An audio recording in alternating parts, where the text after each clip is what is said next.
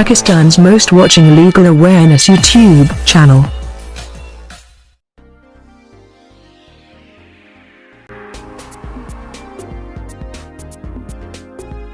Bismillahirrahmanirrahim. Alhamdulillahi Rabbil Alameen. Assalamu alaikum friends and viewers. I hope all are fine. This is Mubashir Iqbal Chauhan, Advocate High Court and Legal Lecturer.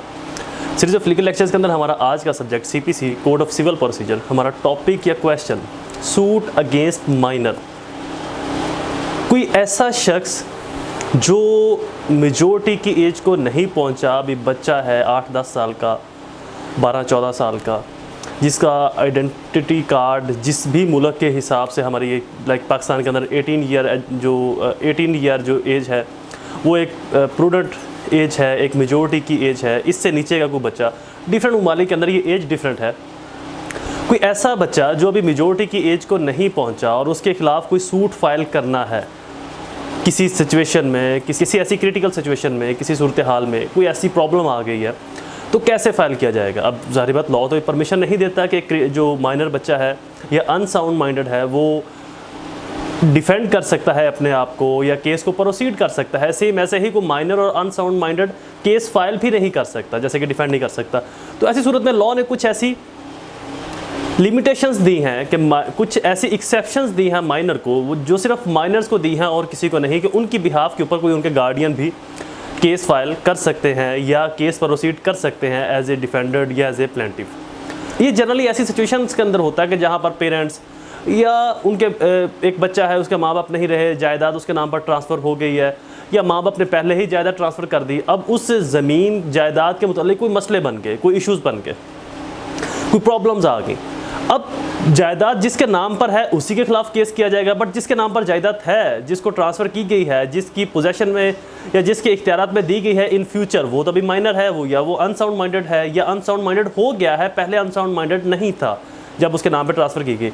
तो ऐसी सूरत में क्या अब जो उस जायदाद से मुतल्लिक प्रॉब्लम्स हैं, मसाइल हैं, उनको छोड़ दिया जाए? नो, उनको अकॉर्डिंग लॉ ही प्रोसीड किया जाएगा, बट उस माइनर की बिहाफ के ऊपर या उस अनसाउंड माइंडेड शख्स की बिहाफ के ऊपर, उसके पेरेंट्स में से, उसके गार्डियन में से या कोई और शख्स वॉलंटरली या कोर्ट जिसे चाहे वो एज ए रिप्रेजेंटेटिव डील कर सकते हैं, ट्रीट कर सकते हैं उस केस को। तो हमारा टॉपिक है सूट अगेंस्ट माइनर।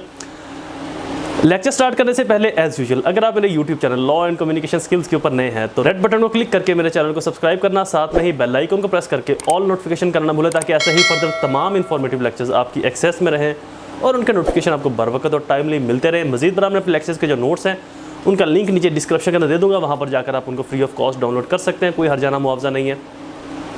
मैं अपने लेक्चर्स की फ़ीस बताता चलूँ, मेरी फ़ीस को फुलफिल करना बिल्कुल ना भूला करें, ये मेरे लिए मोटिवेशन है, आपके लिए बेहतरी। और फीस आपने 3 स्टेप के अंदर पे करनी है। फर्स्ट स्टेप कम से कम 10 रुपये डोनेट करने, सेकंड स्टेप कम से कम 2 लोगों की अपनी हेल्प करनी, और थर्ड स्टेप मेरे पेरेंट्स के लिए दुआ, अल्लाह ताला उनको सेहत तंदुरुस्ती अता फरमाए। शुरू करते हैं हमारा lecture suit against minor. Minor के खिलाफ सूट कैसे फाइल किया जाएगा, उसकी प्रोसीडिंग क्या है, उसका प्रोसीजर क्या है, कौन कर सकता है, कौन उसका रिप्लाई आंसर कर सकता है। रिलाय सेक्शन ऑर्डर 32 रूल्स 3 to 16, ये इसका रिलाय सेक्शन है।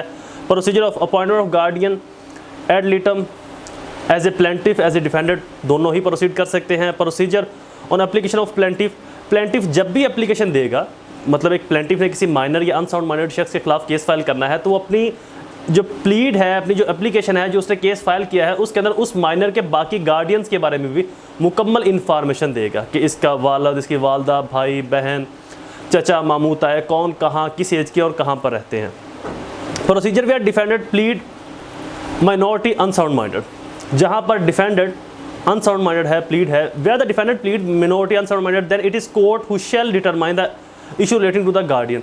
यहाँ पर फिर कोर्ट, जब डिफेंडेड जो है अनसाउंड माइंडेड होगा या माइनर होगा, तो फिर ये कोर्ट की ड्यूटी है, कोर्ट के पास जितने भी नाम आएंगे पेरेंट्स में से, बहन भाइयों में से, अजीज़ और कारब दोस्तों में से, वॉलंटरली उनमें से कोर्ट जिसे चाहे मुनासिब समझे उसको एज ए उसका गार्डियन एज ए रिप्रेजेंटेटिव मुकर्रर कर सकती है।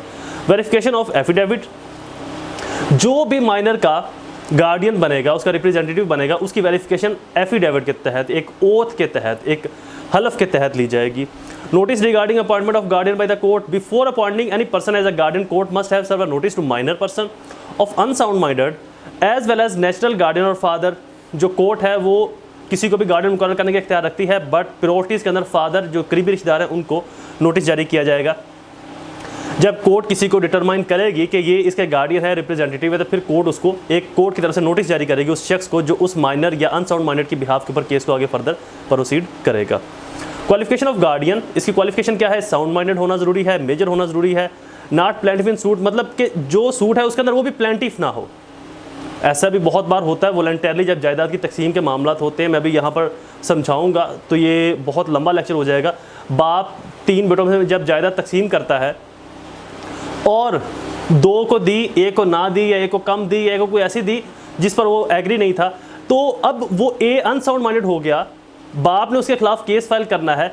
अब बाप उसका गार्डियन नहीं बन सकता, ए अनसाउंड माइंडेड हो गया, या ए ने प्रॉपर्टी ज़्यादा ले ली बाप से किसी तरीके से धोखाधड़ी से, बाप ने उसके खिलाफ सूट फाइल किया, ए अब अनसाउंड माइंडेड हो गया, अब बाप उसका गार्डियन नहीं बन सकता। उसके गार्डियन बाप, चूँकि जिनके इंटरेस्ट उसके मुखालिफ टकराएंगे, जिनके इंटरेस्ट उसके अगेंस्ट आ जाएंगे, वो उसकी बिहाफ के ऊपर गार्डियन या रिप्रेजेंटेटिव नहीं बन सकते।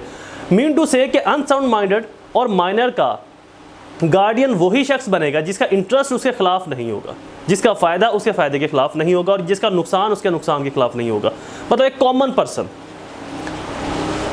Has no interest adverse to the defendant, defendant के अगेंस्ट ना कोई इंटरेस्ट हो ना कोई नुकसान हो। प्रोसीजर वेयर गार्डियन अपॉइंट और declare by the competent authority. When guardian is appointed or declared by the competent authority, then such person shall act as same by court, may be reason to record it for the welfare and interest of the plaintiff order any other person to be guardian. जब वो guardian मुकर्रर हो जाएंगे, कोई भी शख्स guardian मुकर्रर होता है, तो फिर वो अनसाउंड माइंडेड माइनर की बिहाफ के ऊपर माइनर के इंटरेस्ट और उसकी वेलफेयर के लिए एज यूजुअल काम करेंगे, जैसे कि वो खुद अपने इंटरेस्ट और वेलफेयर के लिए काम कर रहे हैं। को डिफेंडेड एज अ गार्डियन, अगर माइनर के साथ कोई और शख्स भी डिफेंडेड है, प्लेंटिफ ने एक सूट फाइल किया, उसके अंदर 2 डिफेंडेड है, एक माइनर या अनसाउंड माइंडेड है, दूसरा एक नॉर्मल शख्स है, अगर कोर्ट चाहे तो नॉर्मल शख्स को भी को डिफेंडेड के तौर के ऊपर माइनर की बिहाफ के ऊपर रिप्रेजेंटेटिव बना सकती है। Officer of the court, next friend, procedure where guardian appointed और declare by the competent authority. Procedure क्या है जहां पर गार्डियन अपॉइंट किया जाएगा और जो कॉम्पिटेंट अथॉरिटी होगी, को डिफेंडेड एज अ गार्डियन, को डिफेंडेड हो सकता है।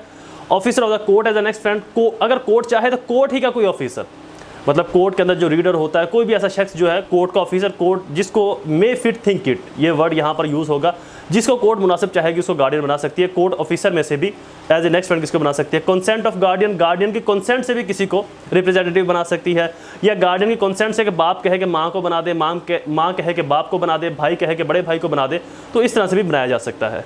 रिटायरमेंट ऑफ गार्डियन, अगर गार्डियन रिटायर्ड हो जाए केस से, provide a fit person in this place, उसकी जगह के ऊपर कोई और फिट पर्सन प्रोवाइड किया जाएगा। Giving security for cost already incurred, security cost दी जाएगी।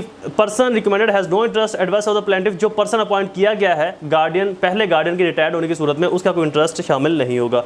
Removal of the guardian, guardian को रिमूव भी किया जा सकता है। एडवर्स ऑफ इंटरेस्ट, उसका इंटरेस्ट प्लेंटिफ के, उसका जो इंटरेस्ट है वो अनसाउंड माइंडेड या जो माइनर है उसके अगेंस्ट आ जाए। लीव पाकिस्तान, वो पाकिस्तान को छोड़ जाए। अनदर सफिशिएंट काज, कोई और इसके अलावा सफिशिएंट काज होगी तो गार्डियन को रिमूव किया जा सकता है। नेक्स्ट हेडिंग है G preclude marks, question is complete. I hope ये लेक्चर आपके लिए फायदेमंद साबित हुआ होगा। शॉर्ट क्वेश्चन था तो चूंकि ये इतना ज़्यादा इंपॉर्टेंट भी नहीं है, बस इसको समझने की ज़रूरत है कि ये कैसे, कब और कहाँ प्रोसीड करता है, इसका प्रोसीजर क्या है, तो इसलिए मैंने इसकी डेप्थ के अंदर जाना मुनासिब नहीं समझा।